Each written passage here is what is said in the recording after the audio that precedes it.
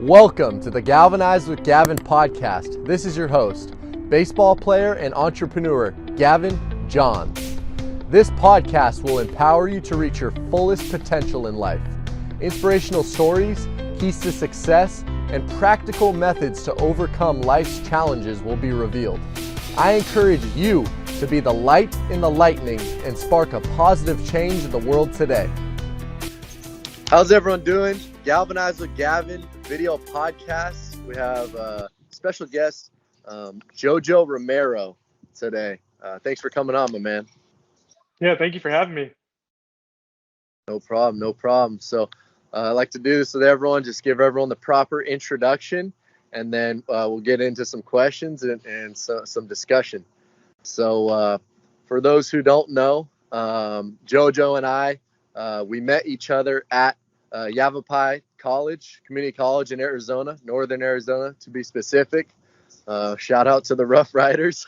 We had it was a long year that year, but it was a great year. You know, we went through a lot of adversity. We had to overcome it. And, at the end, we ended up reaching our goal of winning the national championship. And there was just a lot that went into that year. We both developed a great relationship with each other, just playing on the field and off the field, hanging out. So I'm definitely thankful for that. I'm also thankful for just the type of man Jojo is. I know he's one of those guys that I know he'll always have my back, and I'll always have his. And I think it extends further than the game, that bond and incredible family as well. His brother is currently playing baseball at Nevada, Reno, where Jojo went before Yavapai. He has a sister as well that is athletic and very accomplished. And it's just a great family all around. So after Yavapai Junior College, Jojo ended up, after that year, he ended up getting drafted in the 4th round by the Philadelphia Phillies. After a lot of hard work and perseverance, made his way all the way up to Major League Baseball, where he's at now. Stud left-handed pitcher. He has a lot of tools. He has, the work ethic, like I said. And he has high velocity, runs it up to the upper 90s and God willing, 100 one day, I believe it. Those have probably seen him on various social medias for chugging the Red Bull before he goes into the game. That definitely gained some popularity on the social media trend. So right now, currently, Jojo is actually recovering from Tommy John surgery, which I had as well. So he's just learning a lot of things through that about his body, about patience, and just about appreciating, what's given to him during the time. And I fully believe, without a shadow of a doubt, he's going to come back, stronger, healthier than before. And it'll just add some more fuel to the fire, some jet fuel for the jet man. And I'm excited to see him coming back, but definitely wanted to bring Jojo, great friend and teammate, on the podcast. Thanks again for coming on, my man.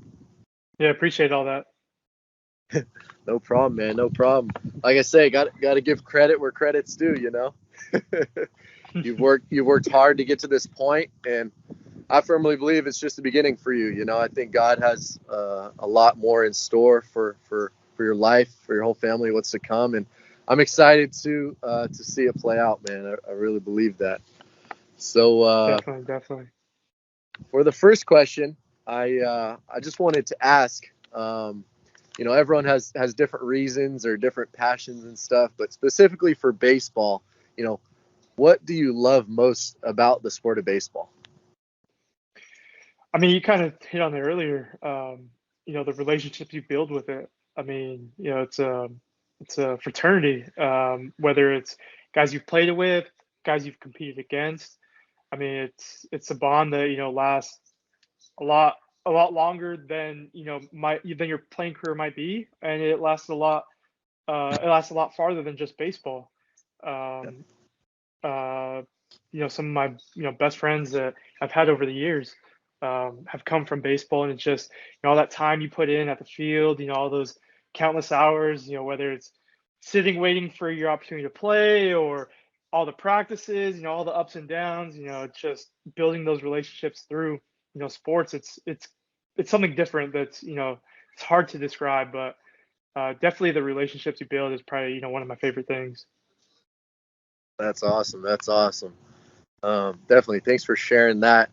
Um, I wanted to actually touch a little bit on more of the work ethic, if you don't mind me sharing, just Yeah. about what I noticed as you're a humble guy. So I'll talk about you because you don't like to talk about yourself a lot, which I really respect. But Jojo, I'd say hands down, Jojo has been the hardest worker that I've ever played with. Been fortunate to play with. A quick short story about Jojo. At Yavapai, we used to have a weight room, and either in the morning or in the afternoon after practice, the position players would work out, and then the pitchers would work out afterwards, or vice versa, depending on the day and the workload. Well, Jojo, not only would he wear a 20-pound weighted vest during his workout with the pitchers, but he would work out with both the position players and the pitchers, so he would get double the workout. And I think it just shows his character, and nothing happens by mistake. He's at where he's at for a reason. So I definitely wanted to just point that out before I get into the next question. But so Good times. I want to ask, what were you saying? No, I said good times, good times. Yeah, good times, definitely. You definitely, motivated a lot of people and continue to motivate a lot of people along your journey. Obviously it hasn't been easy for you, but that's what makes it worth it. In the end, Absolutely. persevering through those challenges. So I wanted to ask about, when we won the national championship together in 2016.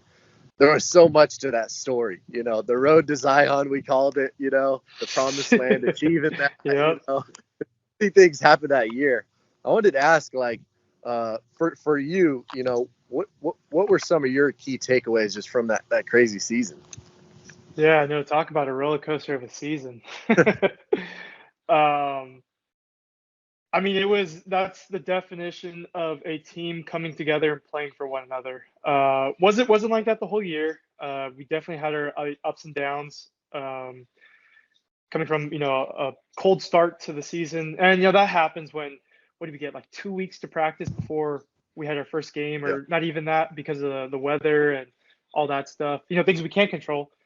But got off to a cold start. We found our way, middle of the season, and then end of the season, we had a lot of things happen outside the field that really kind of, made us come together. And it wasn't just like, saying like, oh, I have your back, whatever. It was like, there was things that were done that we were willing to sacrifice and willing to show like, we have his back. It wasn't just, all hearsay like, oh, I got your back, bro, or whatever. Like, we were willing to put whatever we had, on the line and play for one another. And I still think to this day, I haven't asked him about it, but I still think to this day, the minute we did that, when we were ready to turn in our jerseys for those players, that's when Kugel was like, wow, these guys are, they're serious. And he just let us be. He let us be because he knew that we had flipped that switch and we took that next step to be what a championship team is. And that's, playing for one another, doing all those little things right, holding each other accountable, I think was the biggest thing. But I think he saw that we took that step on our own because it came from within. We had our team meetings, in the dorms. We had a couple of them. We had to have a couple of them, but we had our team meetings and we kind of made those decisions, amongst ourselves, and we held each other accountable, and we held each other to a high standard to where we weren't going to lose and we weren't going to be denied of anything. I think the minute we kind of pulled together and we got that, I think it was that Maggie had hit that walk off single. Once that happened, Mm-hmm. man, it was. I think that's kind of when it was like everything kicked in. Like this is our year. We're gonna do it. So those are a couple of takeaways. But yeah, it's definitely just we took that next step on our own to become a championship team, and I think that changed everything. Absolutely, absolutely. Yeah, I couldn't agree more. That unity is so important. Not only on the baseball field, but just all around life. Family, friend groups, and just communities. There's so much power when people just come together. You know what I mean? And Exactly. wow, that's And for a really thanks selfless for sharing cause that. too. Yeah. For what? And for a selfless cause, like, doing it Selfless cause. because, you want to Yeah, work together, and yeah. because you sincerely, mean everything. But yeah. No, absolutely, absolutely. So I wanted to ask a little follow up on that. I don't think a lot of people who don't go to junior college to play sports or experience that really know like what the grind is like and what kind of like person that creates you to be in a positive way. Like it's a struggle, it's a challenge, but I think you and I can both attest that we gained a lot of things from that. That molded us into who we are today. So how did that help you? That junior college experience just help your mindset and help prepare you kind of for that next step? Yeah, so I mean, coming in, I was a late addition because I had made the transfer pretty late. I think I came in like 2 days before freshman orientation for whatever we had for sports. And so Yeah, no, it wasn't like anything that was planned. It was just something that kind of happened. And um, coming from a D1, you kind of get, you get spoiled there. Everyone gets spoiled at D1, yeah, especially when you play sports. But coming from there, I didn't know what to expect. There's a couple of community colleges back home. They're not, as prestigious as some of the, Arizona colleges or some of your bigger junior colleges. But I know how they work, how they operate. So I didn't, I had no idea what to expect, coming in. And from day one, it was kind of like, I had the experience at the D1. I was able to pitch there, and Dawson kind of relied on me as kind of being that big brother to everyone.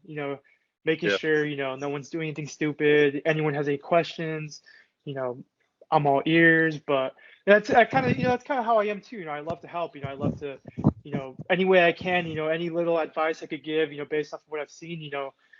I just love to help. So I kind of fit in exactly with what I wanted to do, and who I was. So it was just an easy adjustment for me. And so growing not only as a pitcher but as a person, being a sponge, absorbing all the information, whether it's from Dawson, Kugel, or some of the guys, just learning from them. That was the biggest thing. But being a sponge and absorbing it all, I think that's what kind of helped me get to know where I am today. absolutely, absolutely. And Coach Wise, can't forget about Coach Coach Wise, Wise, can't forget about him. the grinder. Yeah. I definitely got to take him to some steak dinners once I make it because he threw me BP all the time after practice. He's the man. He's the Yeah. man. Going early, staying after late, making sure the field's ready, make sure we Yeah, have everything I need. I mean, all that stuff doesn't yeah, go unnoticed. yeah. Definitely, absolutely, absolutely. I hope they're still carrying on some of those traditions. Yeah, So definitely. we're both gonna have to go pay a visit together one of these times. That'd be Yep. awesome too. Absolutely, we'll bring the whole crew. So I wanted to ask next question. In regards to professional baseball, um, you know, one, what was that kind of like? Rising through the minor leagues to the major leagues, and maybe what was one or two of the biggest things that you've learned, through that process? Yeah. So I mean, definitely one of the things when you get introduced to is, I mean, get to travel. I mean, me, I never really traveled much. I got to go to Arizona and Nevada, for growing up, to play baseball. They had the fall classics in Arizona, and then I had a couple, Vegas tournaments, but I never really traveled much. Traveled especially for baseball. And then once I got to D1, obviously we got to go to a couple more places. But once I got introduced to pro ball, I mean, we got our spring training here in Florida. Most of our teams are up in the Northeast, so we get to travel up and down that East Coast, and I mean, you can get caught up with it, going out to different places, enjoying the lifestyle, but um, once you're able to understand that it's nice right now, but it's a hell of a lot better once you're up in the big leagues. Yeah. Once you understand that mindset, taking it for what it is, all the sacrifices that, the minor leagues bring, whether it's, not the great, meals in the world or the long bus rides. I think when I was in Lakewood, our average bus ride was about 10 to 12 hours. And so, and those were after a night game. Then we'd have to roll in the next day for a 6 o'clock game, whatever it was. You go straight to the field, get dressed, and you go about your day. And once you can appreciate all that and understand, the sacrifice you need to make in order to get to where you want to be, then that's when you really start to kind of see everything start to pay off. And I think one of the other things was understanding my body. Taking care of your body is the biggest thing. Like I said, you have all those long road trips. Being able to make sure your body's hydrated, make sure you have great amount of mobility because you're sitting in that position for a long time or laying down or just inactive for a long periods of time. Just making sure you're taking care of your body and understanding your body, I think, is the biggest one. Kind of getting into the next phase of it, professional baseball, what it's like. It's just, understanding your body. The more you can understand your body and, how it operates, the more success you're going to have, going through the ranks. Absolutely, absolutely. That's definitely a lot of good points. And yeah, just like you alluded to, it's a grind. Those long bus rides. You're probably not having, the best meals in the world while you're in the minor leagues, but like you said, it makes it all worth it. Down the line. And so definitely thanks for sharing that. And so I wanted to ask also, now that you've gotten to that level, I've still noticed that you've kept grounded. You haven't gotten too, from what I've seen, too big-headed, and you've always treated everyone the same with respect and kindness, as you were, when you were first, getting your career going and getting things going versus, where you're at now. So how do you do it, man? Like, how do you remain humble? How do you remain grounded in regards to that? Like I said, it's a fraternity, it's a brotherhood. Me coming up through the ranks, whether it was spring training or during season, you have those veteran players that you look to. You're like, okay, this guy has the experience. And me, that's kind of the approach I took at Yavapai. On the flip side of it. And so Yeah. coming in here, trying to be a sponge and absorbing all the information that possibly can, learning from players that have been in this position and have got to where I'm trying to go, whether it's just the next level of minor league baseball or whether it's the big leagues and they were, down there, whatever they were doing, rehabbing, or if they were just, out around, with us. Just being a sponge, trying to absorb what I can and use that to help me get to where I want to be. But a lot of it too was, you remember how, they treat you. You remember how they, how they act around you. You remember, some of the little things they do, um, whether it's like a little compliment of them, saying something about your mechanics and asking, what's the reason as to why you do this, or just taking interest in, in you not only as a baseball player but as a person. You remember all that stuff, and that stuff sticks with you, especially coming from, like I said, it's a brotherhood. So especially coming from people that you look up to or you admire, whether it's someone that does something really well that you like say it's they throw cutter that you just absolutely love and want to throw it, just stuff like that. But it's just remembering all those little things and remembering at the end of the day, they're just people, and treating them with kindness is that's how that's how everyone should be treated. Yeah, no, absolutely, absolutely. Well, it definitely stands out in a positive way. I think that is what separates you in a good way. So keep up the good work there, my man. I Definitely. appreciate that. No problem, man. No problem. So the next question, having gotten to the level that you're at of Major League Baseball, obviously, you're just getting started. You have, God willing, a long career furthermore ahead of you. I truly believe that. But just to this point, what for the audience, what would you say are three keys to success that have gotten you to where you're at now, you had to pick three? I mean, definitely, hard work. I've never been, one of the bigger guys or, bigger, physically or, in height or anything. So I always felt like, I had to work a little extra harder, whether it was extra sets, extra reps at something, whatever it was. But it's not only that, yeah, it's, making sure you're ready to go in the weight room. But, once you step on the field, I mean, you're trying to, be great. And it's, working on those little things and really focusing on those little things. And, that's something that I preach, with some of the younger guys that I train and that we coach is, you don't necessarily have to be, the best, practice player, but just picking one thing that day that you want to be good at, whether it's hitting, you keep pulling off and you want to work on keeping, locked in a little bit longer, or, your head keeps flaring out, trying to keep your chin connected a lot longer, or pitching, you keep leaking forward too much. So you want to stay connected to your backside a little bit longer. But, picking that one thing, that day to be great at, and, adding all those practice days up, being great at that one thing, it's all going to add up. But, working hard isn't just, take a video of you in the weight room and, say you're busting your butt and, moving Yeah. all this weight. It's all those little things that come into effect, whether it's, in the weight room, on the field, whether it's, talking with another baseball player, another pitcher, another hitter, another coach, whatever it is, picking their brain. I mean, you're working hard, you're being a sponge, you're absorbing all that information, because what are you going to do when you, get the information? You're going to take it to practice, or you're going to take it to, the weight room that next day, and, you're going to work at it. So it's not only just, the physical stuff that, is working hard, it's also the mental stuff um, and learning. And I think, that kind of ties into the next one. The next point is being a student of the game. I mean, as much as anyone else, this game is changing, feels like every day. We're getting introduced to all this new technology, and I mean, half this stuff I couldn't even read. I didn't even know. I just saw velo and how much movement it had, and that's all I knew.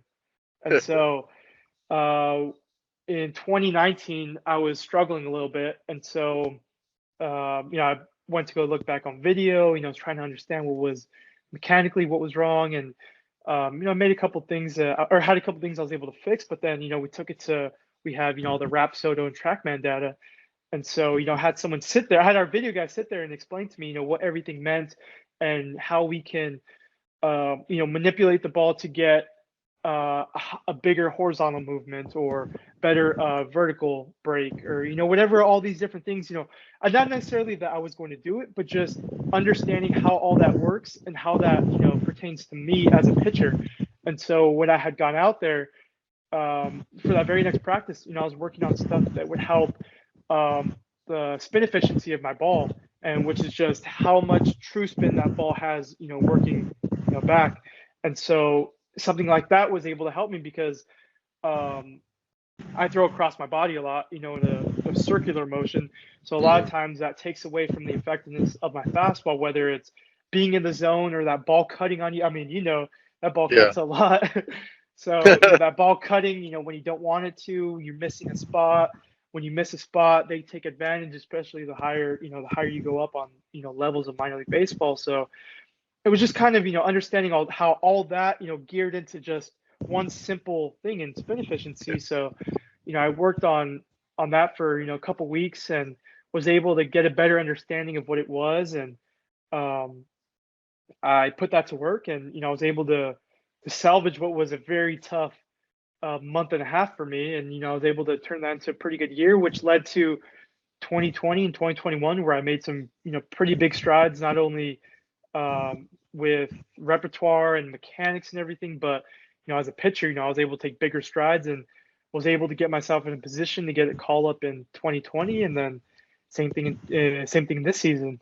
But yeah, just being a student of the game, not being afraid to learn, and willing to listen, not just standing there, hearing them say something, going in one ear out the other. It's the willingness to sit there and actually pay attention and try to, even if you don't understand it, as you're saying it, trying to find a way that you would be able to translate it to yourself, that you could understand it. Like I'm a visual learner, so sometimes when stuff is being said, I'll either ask them to like show me something, or I'll go online and find videos of how it could be done, or like, okay, this is actually getting me into my head. Okay, I remember they, said it this way, but now I'm able to see it in this way, and it makes a lot more sense to me. So just a willingness to learn. I think the last point would be, I touched on earlier, understanding your body. And for me, this was the biggest one because, you know, when it came to, pitching, whatever, or even in the weight room, I love to lift. I love to, work out. I love to move weight and everything. So I've had to kind of adjust and revamp, how I train in the off season.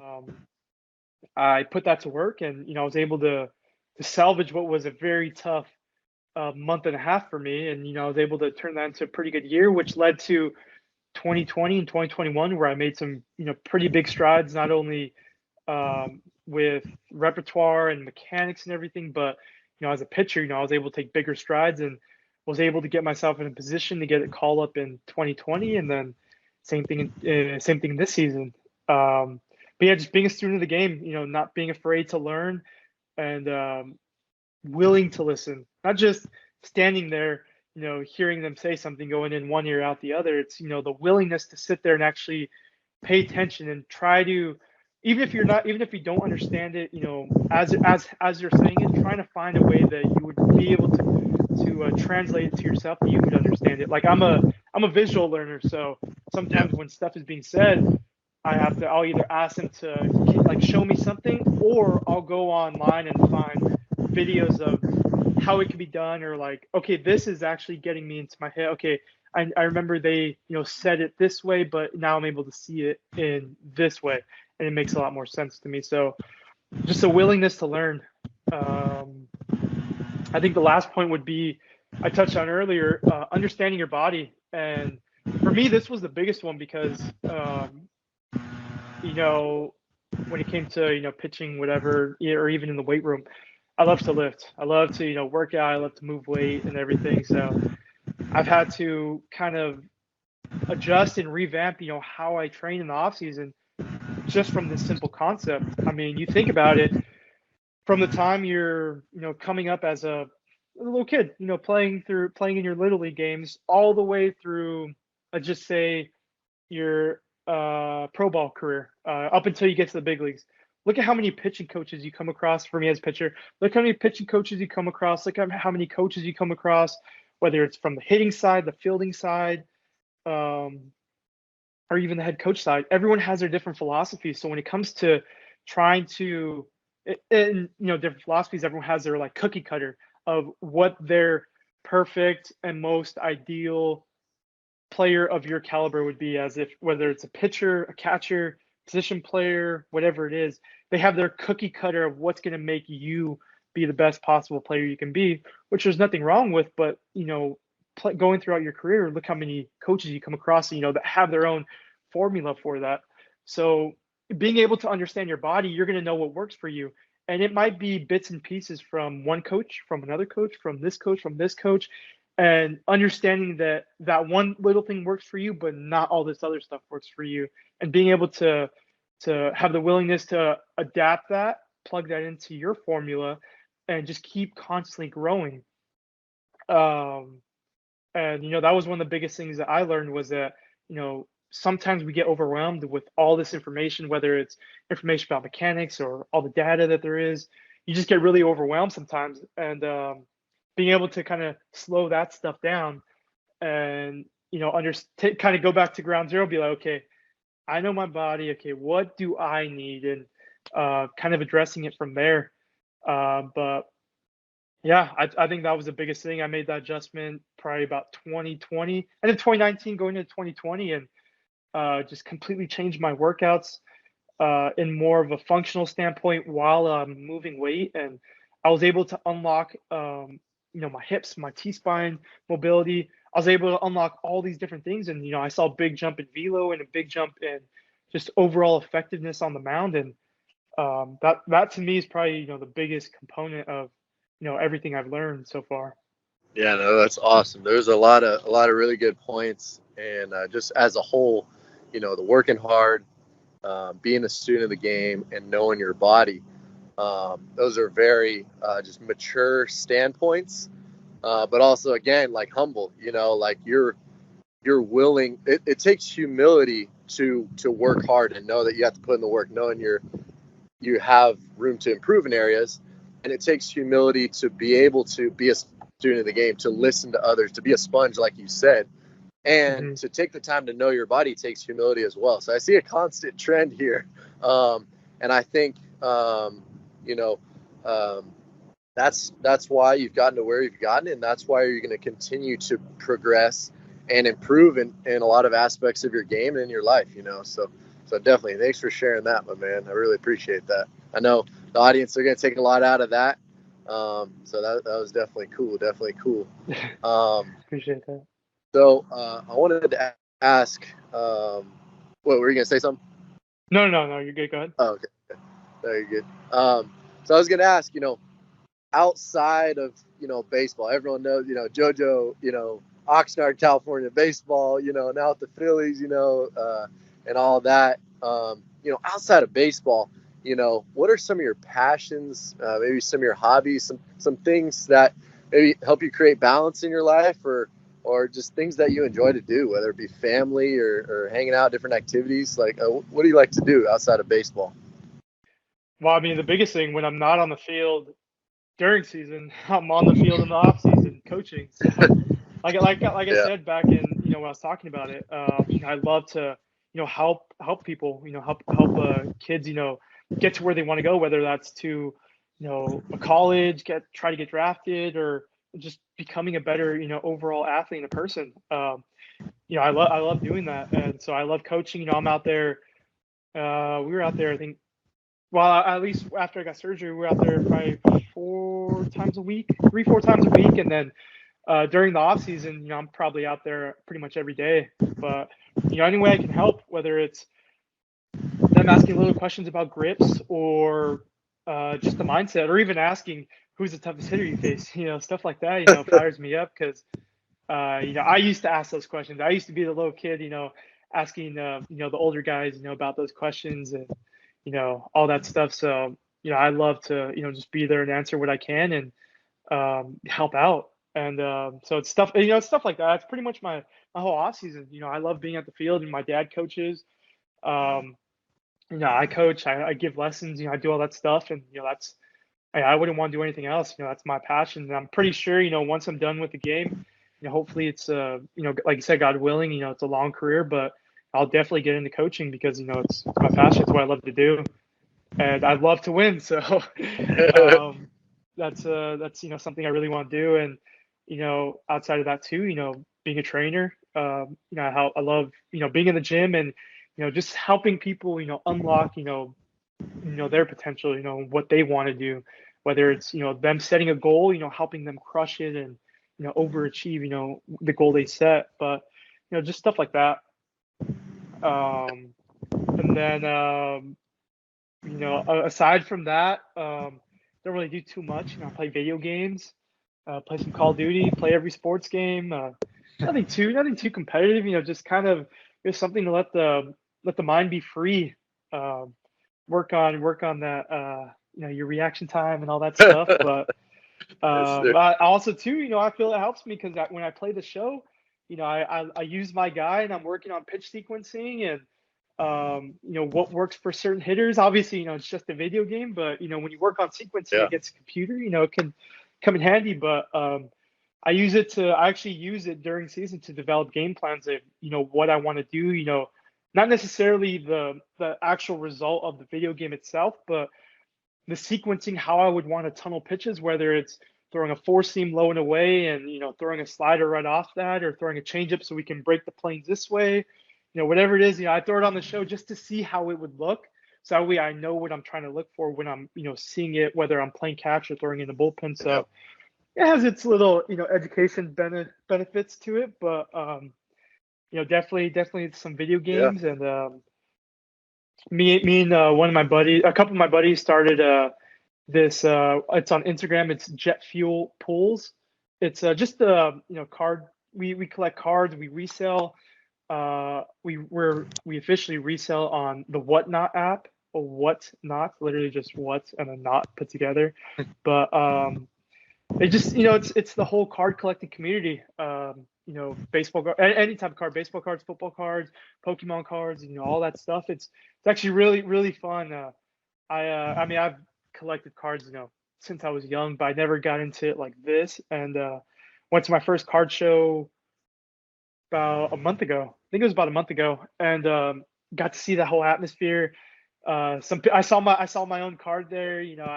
I signed it for the people that were there, and it was just a really cool experience. And you get to see the atmosphere of people that, yeah, they love the collecting aspect of it, but man, these people pay attention to their sports. I mean, they're talking about how they're riding, a certain amount of game hit streak, and this dude's got on base this many times, and talking about their career averages and all this and that. And I'm just like, dang, like these people are students of the game as well. So I felt like I fit right in because I was able to, talk some baseball, talk about prospects and everything. So Yeah, that's awesome. it's just a lot of fun. There's two of us right now that run it. When we do our streams, we have it's an auction based stream. So whatever packs of cards that we're running that day, just all auction based, and just a lot of fun. Getting to connect with people, and then with my platform and being able to connect with some fans. People come on there, ask questions and all that stuff. So it's just a really cool environment, and I'm really glad I was able to get into that. But that's pretty much my free That's time. awesome. Yeah, no, you're staying busy. You're staying busy. That's what. Oh, that's cool. It's cool. You're well rounded, and it's good to have those passions and hobbies. That help re-energize you and fuel you. To go back and play baseball to the best of your abilities. With a clear mind, and that's cool. Definitely. Thanks for sharing that. Before I get on to the last and final question, I wanted to ask. Now that you brought it up, who has been the toughest hitter you face, so far in your career, would you say? So I've had a couple of like I faced Freddie Freeman for one at bat, and Trevor Story for one. I'll have to say Robinson Cano. I only faced him I think twice, but the mental sweat that went into those at bats, it was crazy because one, you got Freddie Freeman, who's one of the best hitters in the game, MVP last year, all that stuff, and that's when I faced him last year when he was having his MVP year. But just not so much the actual at bat itself, but the mental sweat that goes on. Not only trying to develop your game plan for, because when you're in the bullpen leading up to the game, I'm sitting there, I'm developing my game plan of how I want to attack them, and obviously our catcher, best catcher in baseball, he has his plan that that I trust and we all trust tremendously, because you talk about hard work, that dude behind the scenes is one of the hardest workers of them all. So you trust his game plan, but just the actual sitting there for 6-7 innings, having to anticipate that at bat, because I'm a lefty. I'll probably go in there when there's a lefty situation. So having to sit there for 6 innings, knowing that I'm probably going to come up to face Freddie Freeman or Robinson Cano or Michael Conforto, or all these guys are just like, okay, watching video, trying to figure out how to pitch to them, and all you're seeing is them just lighting people up, and you're just like, okay, can't throw that, don't throw that, do not throw there, don't throw there. Okay, well, where do you throw? It's kind of one of those things, and kind of same thing facing Juan Soto. That's another one right there. But you see their heat maps, and it's nothing but red. Red means bad for a pitcher, good for a hitter. Blue means good for a pitcher, bad for a hitter. And on those guys, I don't even think there's blue on the map. So it's just having to be smart, having to go through that mental sweat of that anxiety of, okay, I got 6 innings to figure out how to pitch to them, and I got 4 pitches, maybe 5 to try and get them out. Hopefully 3, maybe even 1. But I got a handful of pitches to try and get them out. And I got 6 innings that leads up to it. So it's those are definitely some of my mental sweats and my tougher at bats. And I think I walked Freddie Freeman. I was ahead 0-2, and through I don't remember if it was three in a row or two in a row of really good sliders that he laid off, and I'm just standing there like, of course he did. Like, why wouldn't you swing at that? Because I mean, one of them missed the corner made by that much, and not even a budge. I'm like, yeah, of course, absolutely, not even gonna budge or anything, but definitely some good at bats. And I mean, obviously, there's a lot more that I'm missing, but I mean, at that level, you're bound to get into mental sweat no matter who comes up because obviously, they're there for a reason. But yeah, those are some of the standouts. Absolutely, absolutely. Yeah, thanks for sharing. That's definitely Yeah, that's cool. That competing. That's what we love to do. So when you can be able to compete on that level with the best of the best, uh, absolutely. not only is it fun, but it makes you better as a player. Hmm. Iron sharpens iron. So that's Exactly. definitely cool. Definitely cool. So last question before we're wrapping it up here, I wanted to ask, what is your favorite motivational quote? Ooh, um, that's a tough one. I love if it's not just scrolling through like motivational stuff. It's on Spotify. There's or is Spotify. No, they might have it on Spotify, but on Apple Music, they're called Fearless Motivation, and it's just a bunch of different like motivation videos, and they just talk about different stuff. And going through my workouts, once I get to that tail end of my workout, when I need that little extra push, I'll throw that on and listen to it. So I mean, there's a lot of stuff. One that I came across recently, and it kind of like you know pertains to me right now. It's sometimes we're tested not to show our weakness, but to discover our strengths. Mm.